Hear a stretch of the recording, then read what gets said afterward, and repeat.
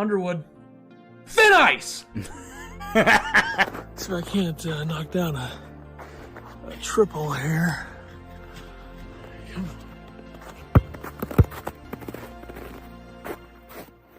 Woo, okay. Didn't even miss a shot this entire time, so take that. This better be good for the team.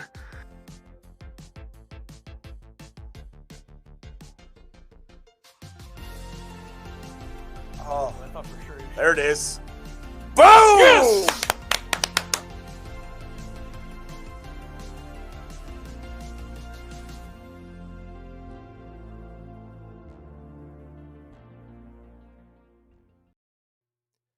Live Basketball Podcast, episode 298, Ranking the Numbers, February 9th, 2026.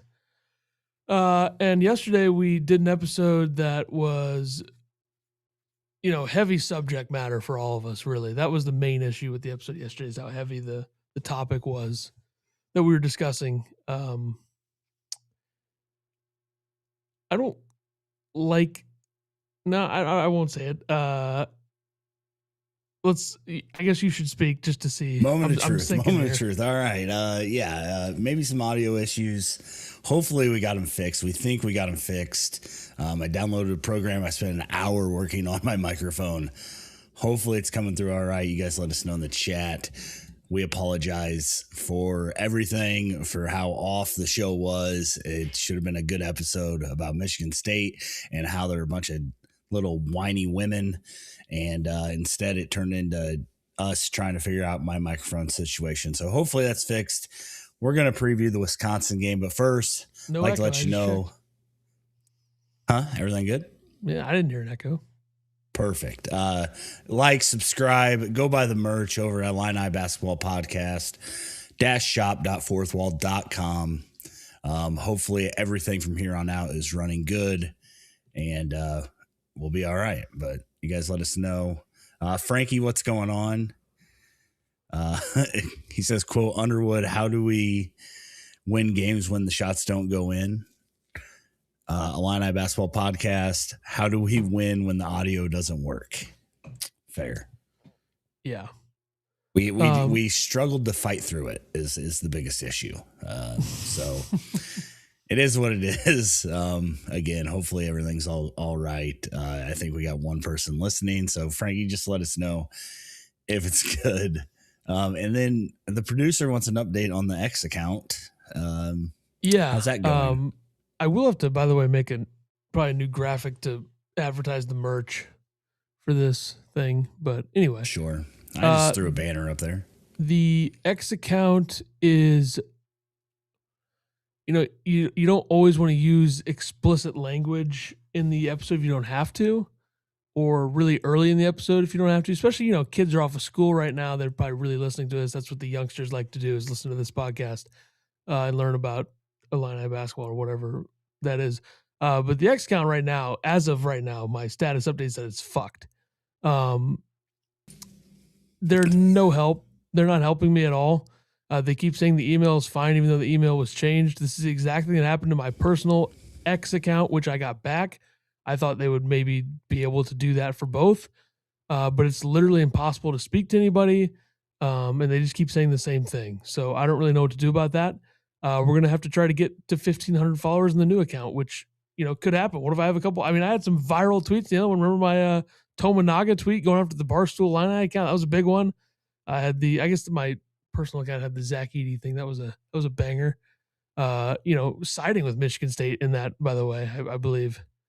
Everybody accused me of being a Michigan State fan. And then people went after the Detroit Tigers. Like I was a fan of them. It was very weird. The Tigers are good now though, so they can't do that anymore.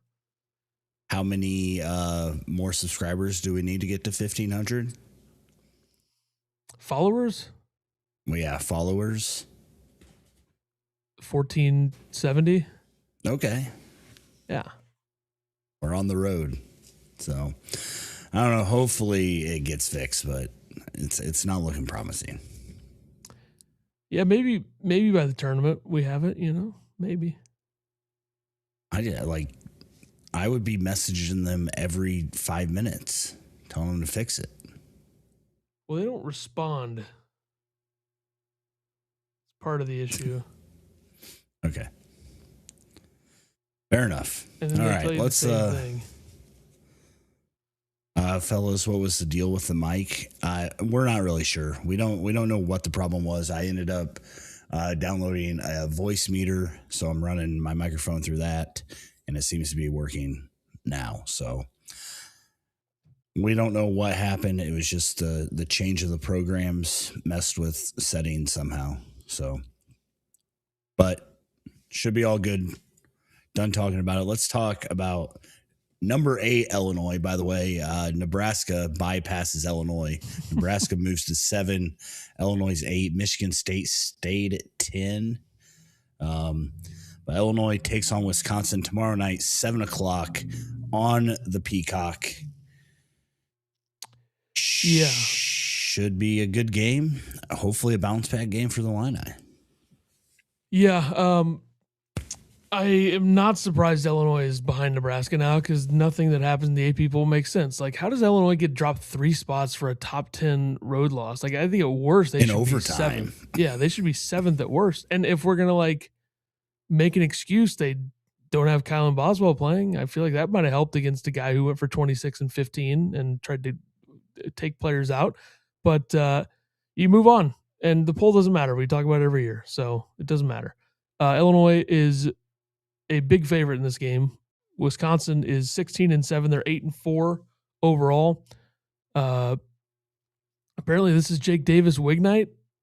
Yeah, Jake Davis wig night, and then apparently it's light up towels night too. I think I saw posted on Twitter. It's exciting. X, sorry, Elon. Yep. X. Yeah, but big Jake Davis night coming up. Illinois is number 4 on KenPom, 5th on Torvik, 4th in the net. I wonder if I'm going to do this real quick on Torvik because I know that going into the game on Saturday, Illinois was the best team in the country since December 22nd or something on Torvik, and I want to see that's still true. I know that a lot of people would say it's probably Arizona, but, I can't do anything about that. Arizona has a gauntlet coming up, by the way. They got Kansas tonight, right? Yep. And then they play like Texas Tech and then BYU. Yeah. Iowa State's in there somewhere, right?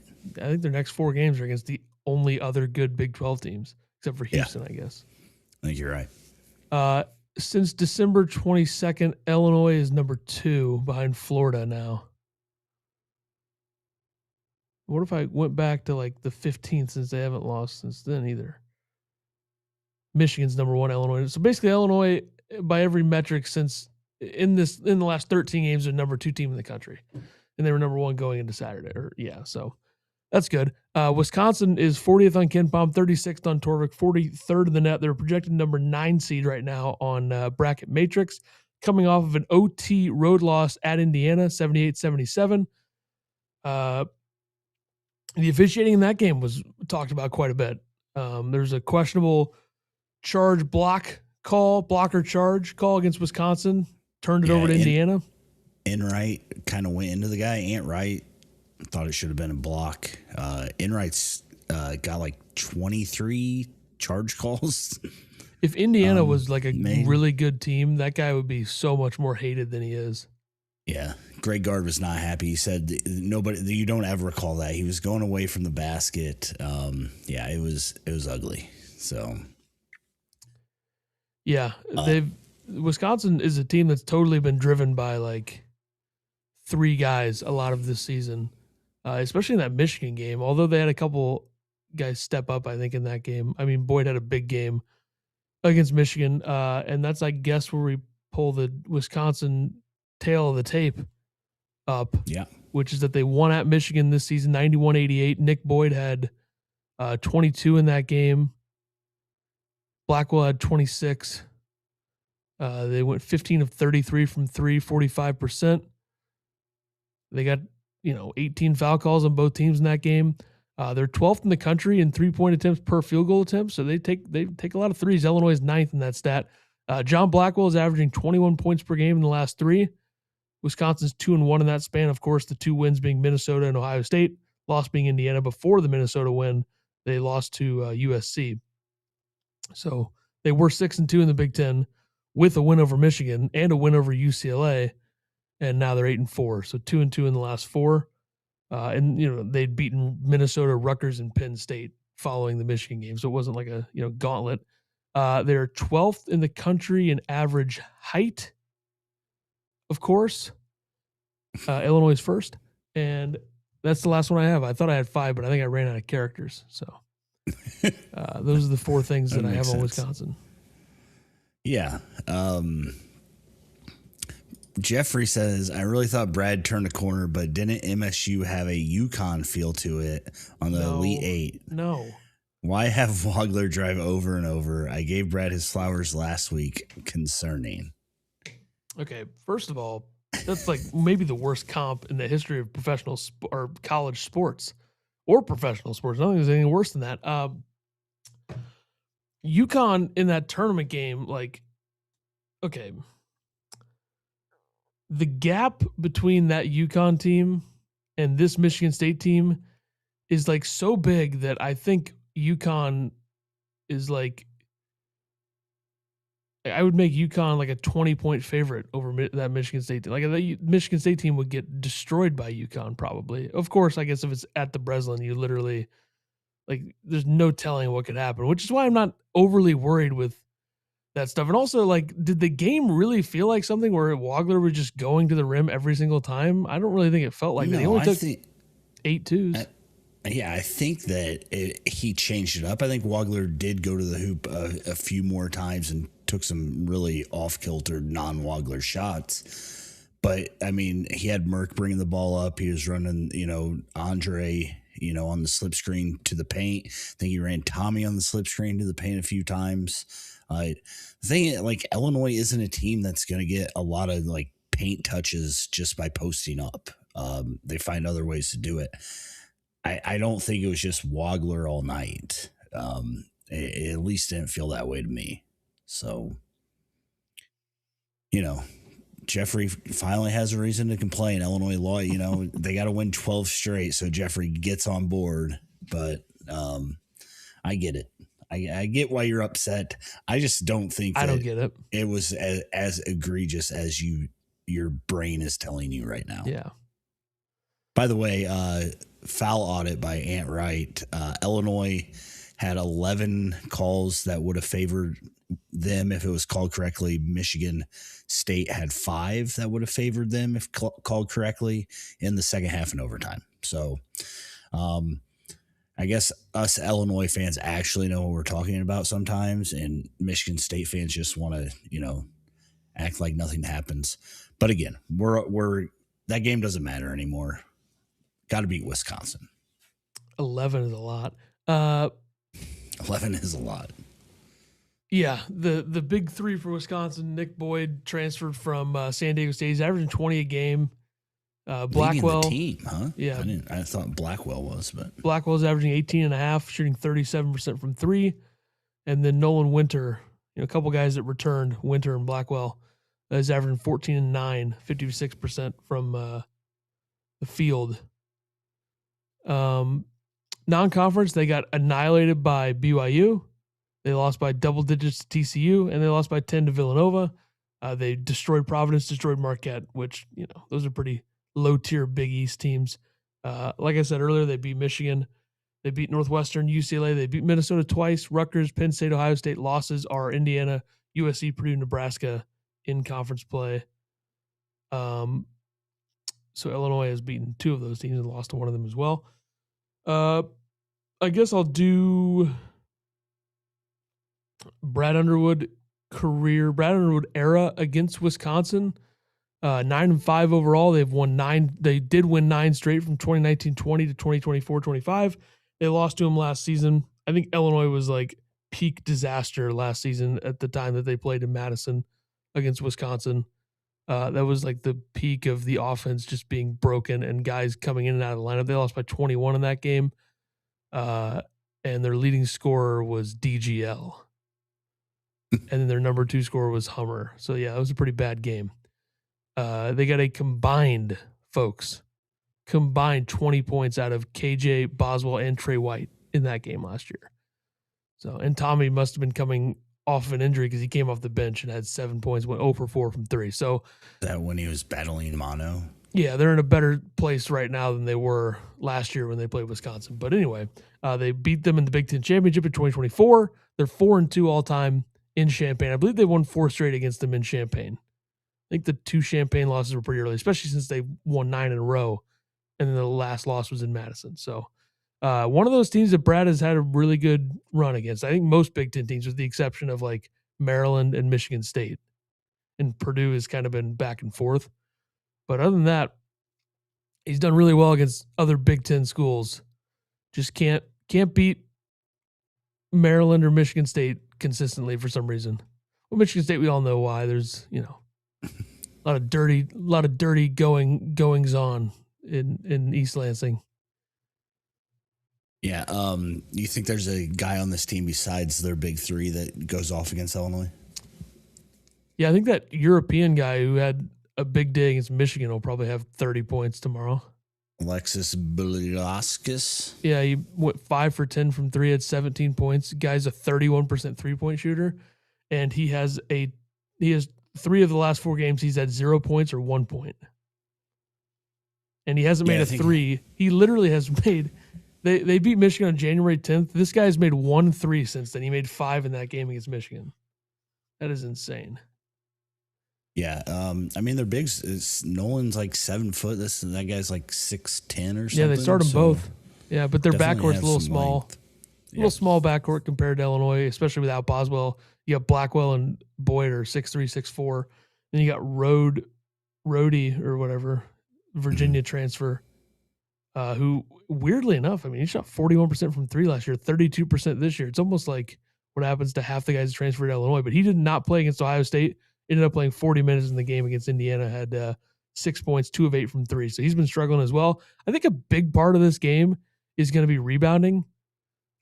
Wisconsin does a pretty good job in the defensive glass, but they don't get offensive rebounds. They're 215th in the country in offensive rebound percentage, but on the flip side, 20th in offensive rebound percentage on the defensive end, which means, of course, they don't give up a ton of offensive rebounds. Indiana had 11 of them against them. Ohio State had 14. And then Minnesota had 5. So, you never know. Just depends on the flow of the game. But I expect Illinois to get after it on the glass in this game, especially with some of the rebounding issues they had against Michigan State. Have to think that was one of the main emphases of practice was rebound and, make your wide open threes. Yeah, I think you're right. I mean, I think that Brad he always hammers rebounds, but after you get beat on the glass by 10, you're definitely hammering it more. So to Jeffrey's point in the chat just now about Davis, Illinois had a little thing going there for a couple minutes against Michigan State where Davis was just driving in, getting the ball to a guy. He probably had a couple assists, right? Or maybe one. I think one of them maybe a missed shot. Yeah. He had one assist. It was like back-to-back plays. So yeah, I think Stojakovic, or he gave one to Stojakovic. Stojakovic scored, then maybe he gave one to like Wagler, and Wagler got fouled or something. Yeah, but I don't know. I mean, we should have talked more. And I know it's because they lost the game, but like Jake's free throws are some of the clutchest stuff of the season so far. Yeah. I don't think there were a lot of the Illini fans that thought that he'd step up and make both of those. Yeah, us included, probably. I mean, you more than me, but I'll include myself. I'm the biggest Jake Davis guy in the world, probably. And the fact that they put 1 second on the clock for Michigan State. Yeah, that when was he weird. Clearly got fouled with like 0.4, 0.2 left. But again, whatever. Did you talk about all these games they've won and lost? You don't care about that? I already talked about that. Okay. Wasn't sure. Brad Underwood in the game preview said, quote, their guards are elite downhill and are capable outside shooters. Both are very talented offensive players. Boyd and Blackwell, obviously. When asked about the multiple A1 defenders besides Andre, Brad responds, Ben has become one of those guys. One of the things we probably should have done in the Michigan State game was throw Ben on Fears a little bit.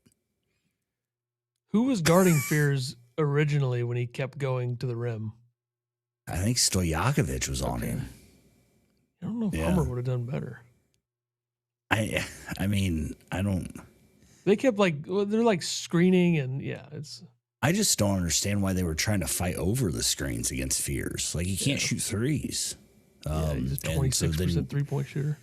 Got on his back hip and fouled him or whatever happened.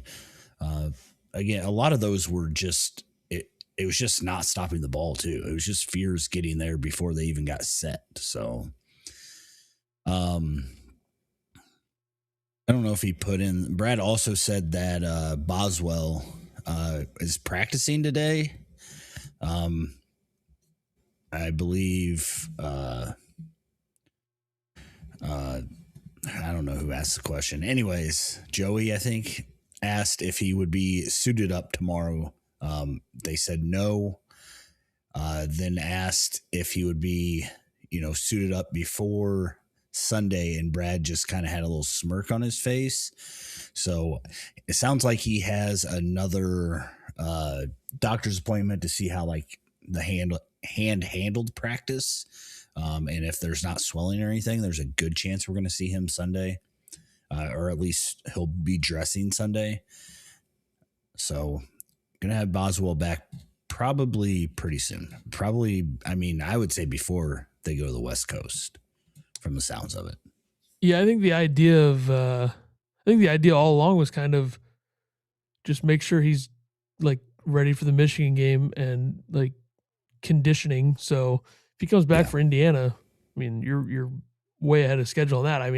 You're the one who thought it would be 6 years before he gets back. So that's exactly what I thought. No, but I think maybe he got lucky and he didn't do a ton of damage to it. Yeah. How many games did he miss? Surgery, so he got hurt after the Minnesota game, right? I think he got hurt in between Minnesota and Maryland.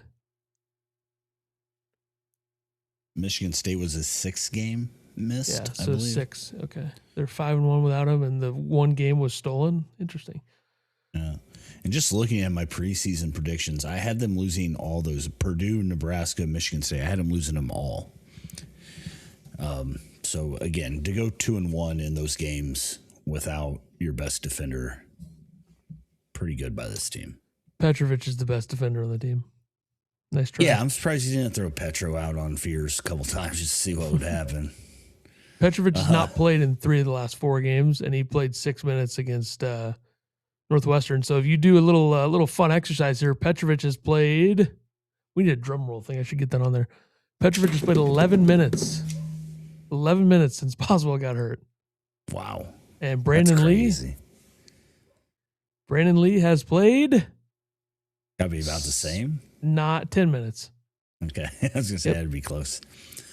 Jeffrey says they're all going to focus on Wagler more. We got to be more creative. Do you not? Northwestern focused on Wagler more, and we won 84-44 because guys made shots. Yeah, they just, I think a lot of it comes down to not making shots. Yeah, they missed 26 threes in the game, 10 for 36, and a bunch of them were good looks. Tommy and Jake Davis going 3 for 11. It doesn't happen often. Then if you throw Zvonimir in there, those 3 guys. That's 4 for 17. The 2 guys, if you want to count Andre, that made the shots they needed to make from 3, it was Hummer and Stojakovic. And Stojakovic went 1 for 2, but he made one early in the second half, get him going, get the lead a little higher. But Merck 1 for 5, Wagler 2 for 8, Tommy 2 for 6, which 2 for 6, I can live with. Davis 1 for 5, 2 for 4 for Hummer, 1 for 6 for Zvonimir. And I will say Zvonimir had the one at the very end of the game, which I don't know how much we can count that because it was a terrible situation to be in. There's no way he was ever going to make that shot. So maybe 1 for 5 for him, and then you add the one that for some reason Wagler passed the ball to Jake, and then Jake gave it to Zvonimir, and he just had to throw it up with no time. So give him a little bit of leeway for that. Jeffrey says we got to run more set plays. You can't count on threes every game. Well, I got bad news for you, Jeffrey. That's Illinois' offense. And I think I have also more bad news if you want to view this as bad. They have the number one offense in the country. Yeah, exactly. They scored 82 points while not making any threes and getting fucked by the refs. I know it was an overtime, but again, at Michigan State, who has the number 4 defense in efficiency. Yeah. So I don't know if complaining about the offense is the right call here, especially when it was it was just they didn't make shots. They generated so many good looks. And if you're going to drive to the rim and get assaulted and you're not going to get a call, then you're going to look for more threes. Right. Yep. Players to watch. I'm going to go with David Mirkovic coming off a great game against Michigan State, 18 points in that game. Again, handled the ball a lot more, did some really creative stuff in the paint with that little left hand that he has. So going to need a game from David. And then I'm going with Nolan Winter. You got to pick one of the 3 heads of the Wisconsin team. So I'm going with Winter. He's coming off a 26-point game against Indiana. He's 7 foot tall, like we talked about, averaging 14.3 3 points per game, 8.8 rebounds. He also had 23 points in the overtime loss to Villanova. Those are his only 2 20-plus point games. I think we might see a little Big Z action on him. I'm saying Big Z gets 4 blocks this game. I mean, you look at how much Boyd likes to go to the rim, too. Yeah. I will say one more note on comparing this to the UConn game. Illinois shot 25% from 2 in that game against UConn, 25%. And this game against Michigan State is 45%. So I don't know. Those numbers seem pretty far off. For players to watch, I'm going to go Jake Davis for Illinois. It's the Wig night. That's it. It's the Wig night. And you look at the last game they played at home, he shot 10 threes and made 3 of them, which isn't great, but Jake has got to make a couple threes in this game. There's no way he doesn't. Get that percentage back to 40. He's at 39.8 right now. 37.5 in the conference. For Wisconsin, I'm going Nick Boyd, who, as we mentioned, in a similar matchup to this, them playing a top 10 team on the road. This is an undefeated, the only team that's beaten Michigan this year. He had a big game. He had 22 points in that game. And he does a lot of damage from 2. Like, he's made 116 twos, it's already a career high. You look at his numbers last season, which he played a very similar role at San Diego State. Last season, he's made 36 more twos this season than last season. And his 3-point shooting has always been around 34% outside of that first year he played, or first couple years he played at Florida Atlantic. He had better numbers from 3. He definitely played against Illinois at Florida Atlantic, right? I would think so. Yeah, the 98-89 game he played. No, he didn't. He was hurt. Never mind. So, Brad's what, 2-0 against Dusty May? That's exciting. So Nick Boyd, see what he can do. Yeah, QC Mark says Mark looks so unathletic when he's bringing the ball up, but turns into a monster in the half court. He's just a fundamentals guy. He's got to keep those knees up, Yeah, and he always comes up left-handed. Like I appreciate him working on the left hand because it's not pretty all the time, but it works. That's what's nice. So, predictions. I got Illinois winning this game 89-75. Pretty easy game, I think. I went 86-65. I would never use the word easy in Big Ten play. I mean, geez. I went 86-65 basically because I think it was Imbrots who said Wisconsin has a bunch of flamethrowers from deep or something. So I think they'll struggle from 3, and I think Illinois will get rebounds. I think Illinois' defense will be better in this game. I think they'll put a little bit more emphasis on that. And they seem to be a team that makes shots at home, or at least they did against Northwestern. So you got to win these next 2 home games, especially before you go west, and then obviously Michigan when you come back. So I think they win the game. I think they cover. Spread's 11.5. I think they cover that. Over under 156.5. Since we're doing a gambling show now, apparently the producer forcing this bullshit into it. Which my number is what? What's 86 plus 65? It's 151. Okay, so I got the under. You got the under.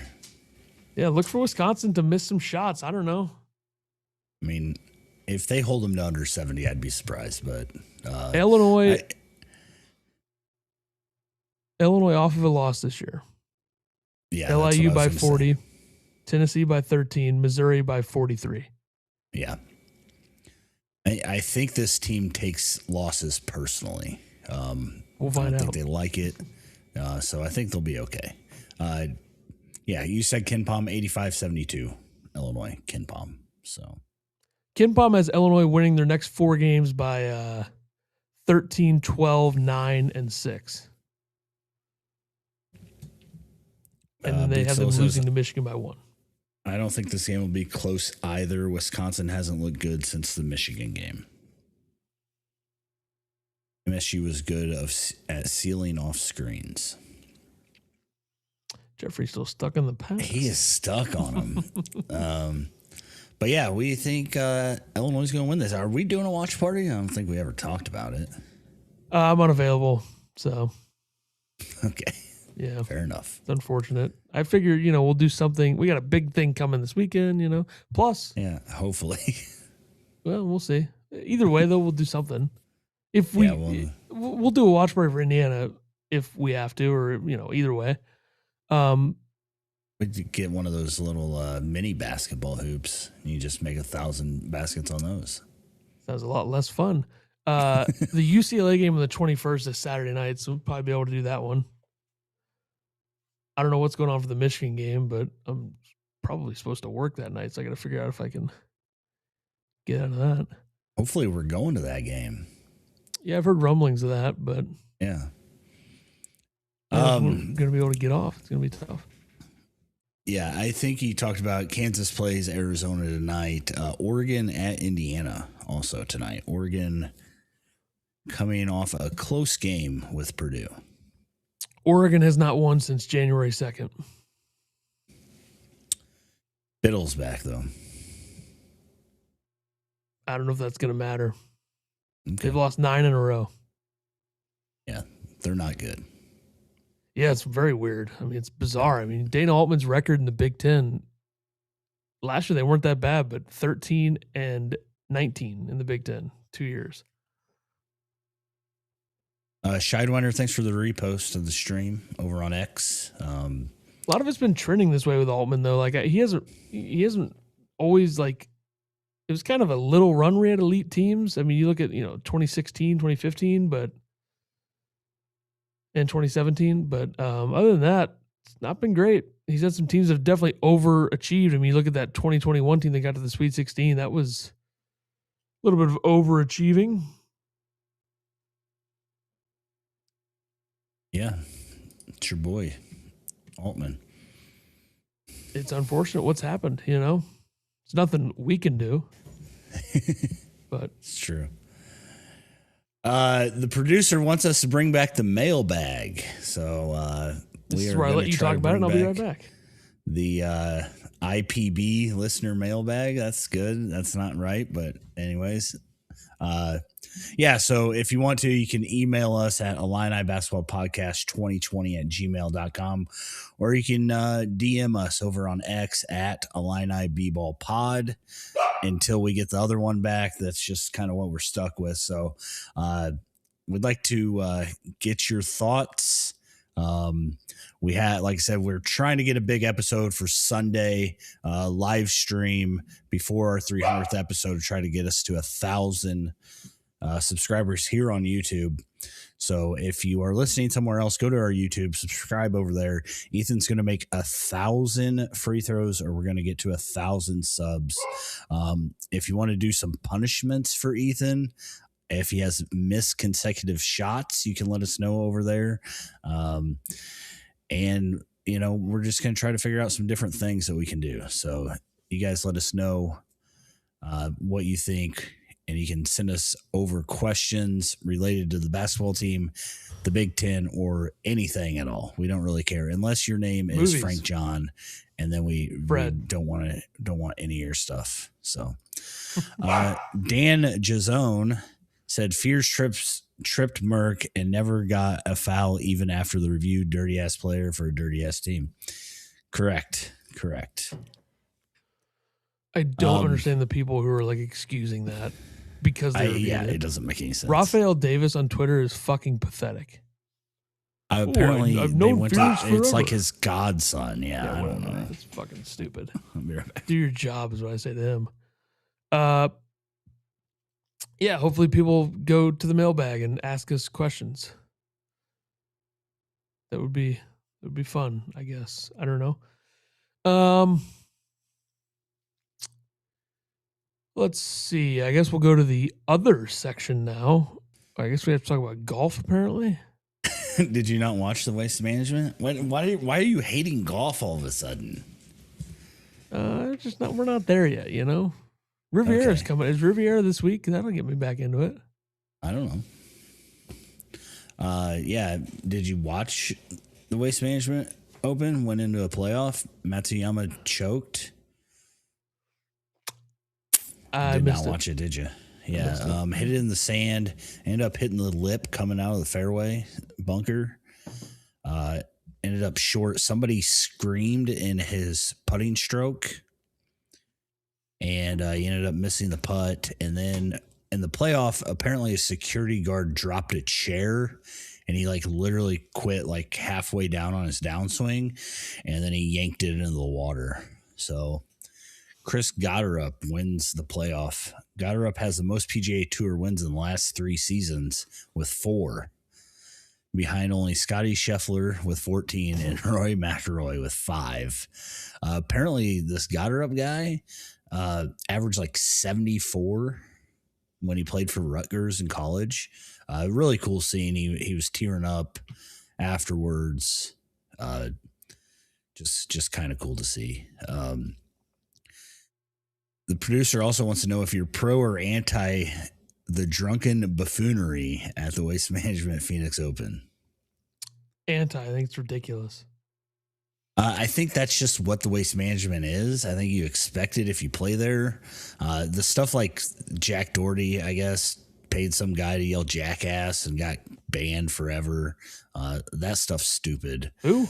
I don't know. I think he's a YouTuber or something, or Nice. I don't know, some guy. But yeah, I don't know. I think that's what the Waste Management is. It is what it is. Only there, I think it's okay. The Ryder Cup, maybe, but I wouldn't want my name attached to this if I were big garbage. okay. I mean, whatever you say. Also, did you watch the Super Bowl besides the halftime show?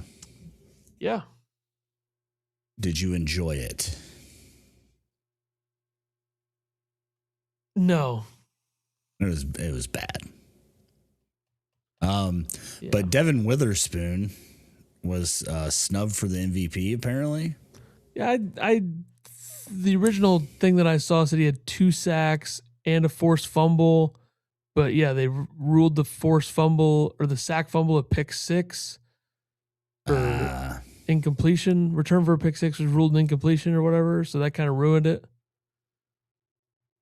I mean, I think that the kicker probably should have been the MVP, right? No, it should have been Witherspoon. Well, I mean, it wasn't. Kenneth Walker had like the most rushing yards in a Super Bowl in a long time, so it made sense to give it to him. Yeah, maybe we should call it the Waste Management Super Bowl. Sure, yeah, why not? Because it was that trash. Thoughts? Yeah, I don't really have anything else. Halftime show, we didn't talk about that. Oh, you want to talk about the halftime show? Kid Rock clearly lip singing. Terrible. It's lip syncing. Whatever they call it. I don't know why people pretend Kid Rock is good. He fucking sucks.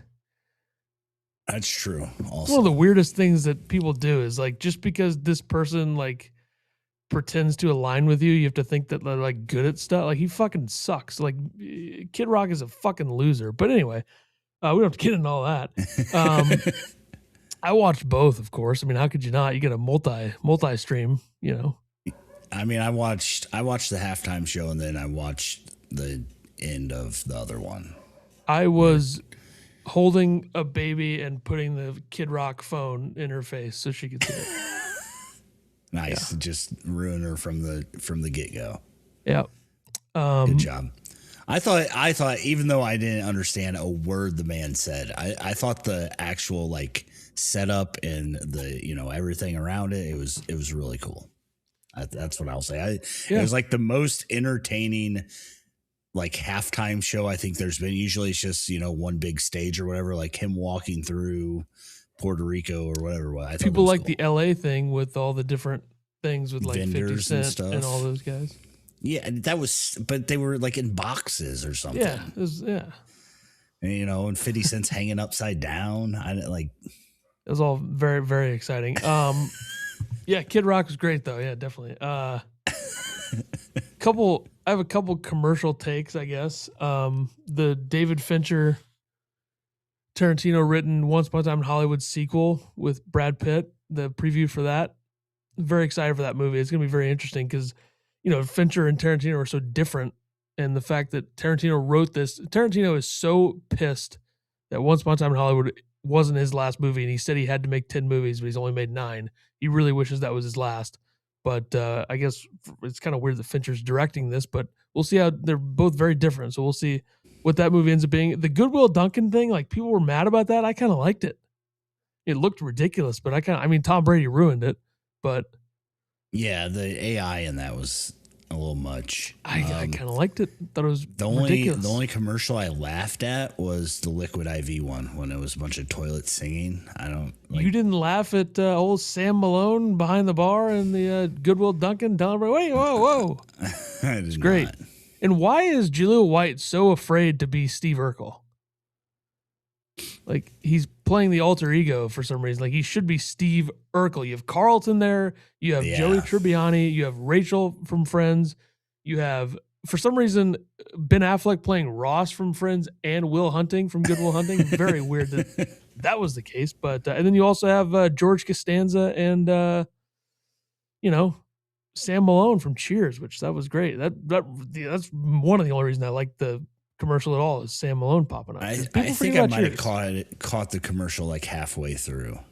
Well, it's on Twitter, so you can check it out. I'll have to check it out. So I thought the Budweiser commercial was cool. The Eagle and the young Clydesdale.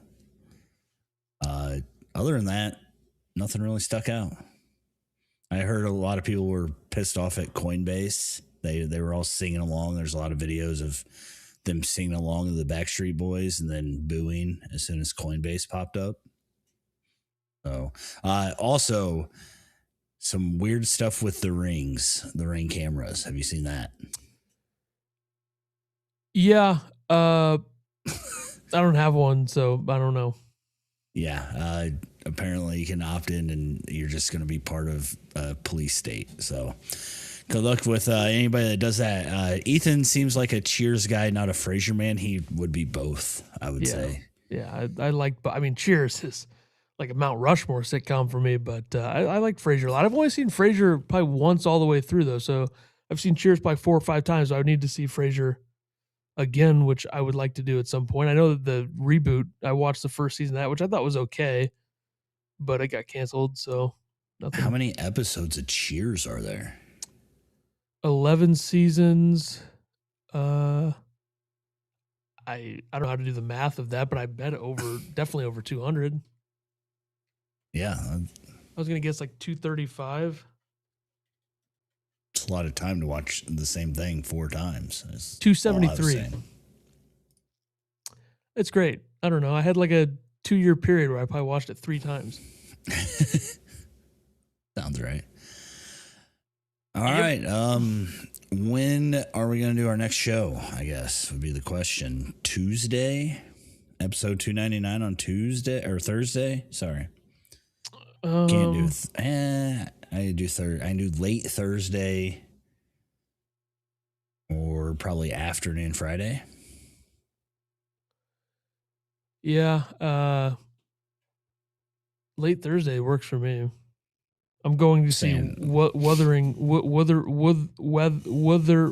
Heights Okay. Thursday afternoon. I don't know what that which- is, but That's it'd that be like stupid 7:30, 8 o'clock late is what I'm saying. 8 o'clock works. That stupid Margot Robbie, Jacob Elordi movie. It's like based on a stupid romance movie. It's gonna suck. I'm only seeing it because I assume it's gonna be like a relevant movie. What movie did you go to yesterday? Send Help with Rachel McAdams and Dylan O'Brien, directed by Sam Raimi. It's a fun movie, horror movie. You know, it's all right. All right. This is based on, it's based on the wealthy family in the 18th century England, Wuthering Heights. So yeah, it's gonna suck. Well, we did a Wisconsin preview longer than Michigan State post-game loss, so hope everybody out there enjoys it. Yeah, I hate to give the producer any credit, but it seems like he did a pretty good job. Producer's been phenomenal. I'll give him all kinds of credit. These notes that he does for us, and then you just go off and on a tangent, and we just. I feel like I followed the script pretty well today. Today you did good. Yesterday. Yesterday a lot of things were happening. A lot of things were happening yesterday. A lot of improvisation yesterday. Yep. But all right, we will see you guys Thursday, I guess. Yeah, follow the Twitter account at Illini B-Ball Pod. I'll tweet during the game tomorrow night, and then back Thursday night, and it's going to play thin ice like 4 or 5 times, so that's just the way it is. And we'll see everybody next time. Goodbye. Thin ice!